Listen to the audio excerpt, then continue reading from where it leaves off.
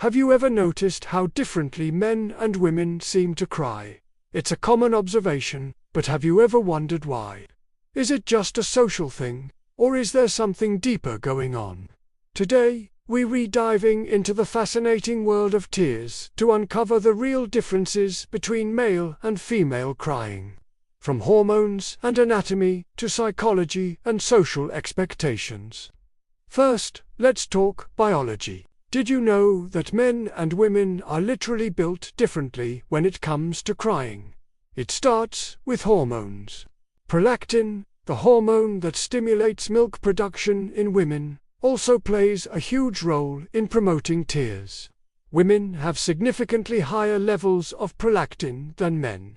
So, when emotions run high, women's bodies are biochemically more primed to let the tears flow. On the flip side, testosterone, the primary male hormone, can actually inhibit crying.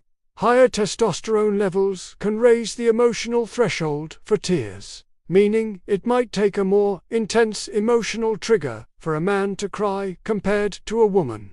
It's not that men don't feel things as deeply. Their hormonal makeup just creates a different response system. And it gets even more interesting when you look at the tear ducts themselves. Some research suggests that men have larger tear ducts than women. Think of it like a plumbing system.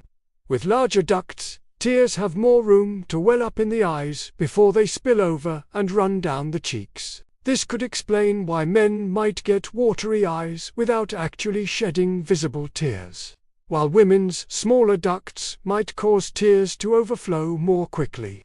So, the next time you see someone's eyes glisten, remember their anatomy might be playing a big part.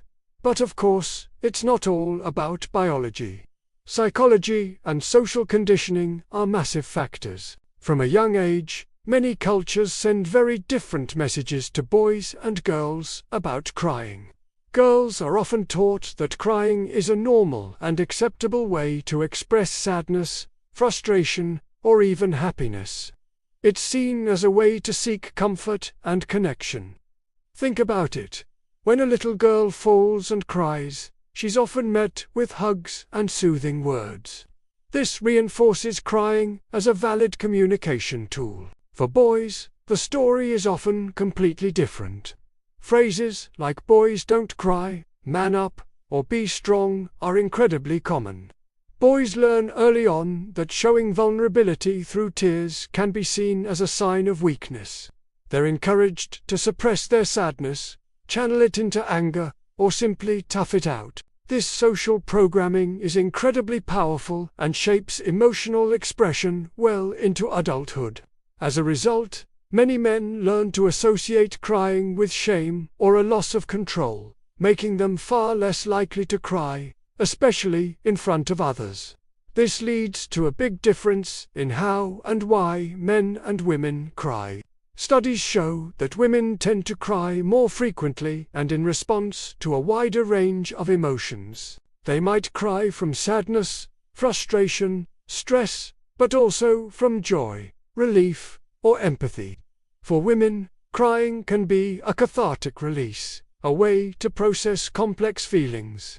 When men do cry, the reasons are often more specific and intense. The triggers tend to be more extreme, like the death of a loved one, a major life crisis, or overwhelming pride or joy. Like at the birth of a child, because they've been conditioned to hold it in when the dam finally breaks. It's usually because the emotional pressure is immense.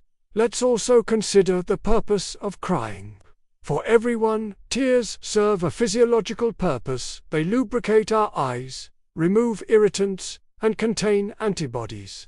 But they also serve a crucial social function. Crying is a powerful nonverbal signal to others that we are in distress and need help or comfort. It's a way of saying, "I'm vulnerable right now."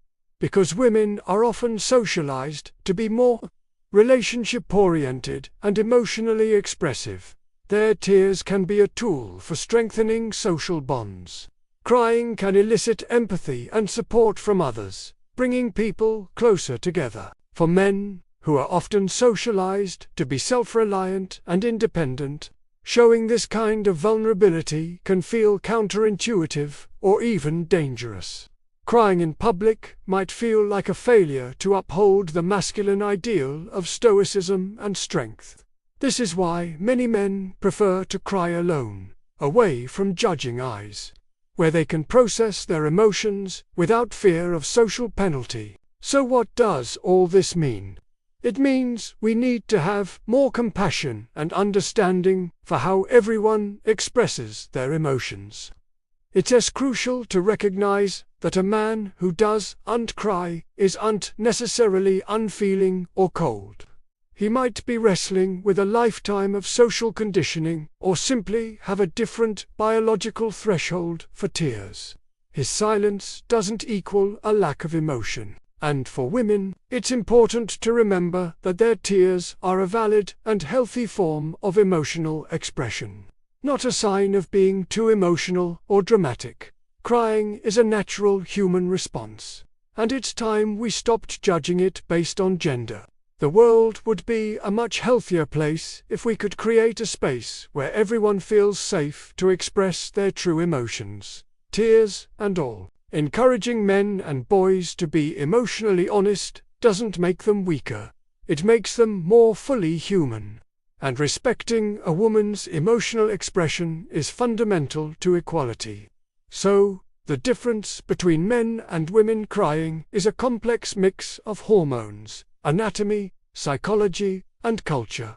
It's not as simple as saying one gender cries more than the other. It's about understanding the different journeys we all take to process our deepest feelings. What are your thoughts on this? Have you noticed these differences in your own life? Let's talk about it in the comments below.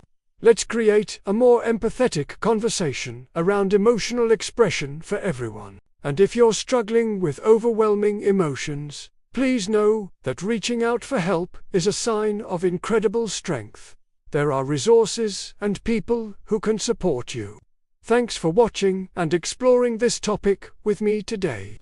If you found this video insightful, please give it a thumbs up, and don't forget to subscribe for more deep dives into human nature. See you in the next one.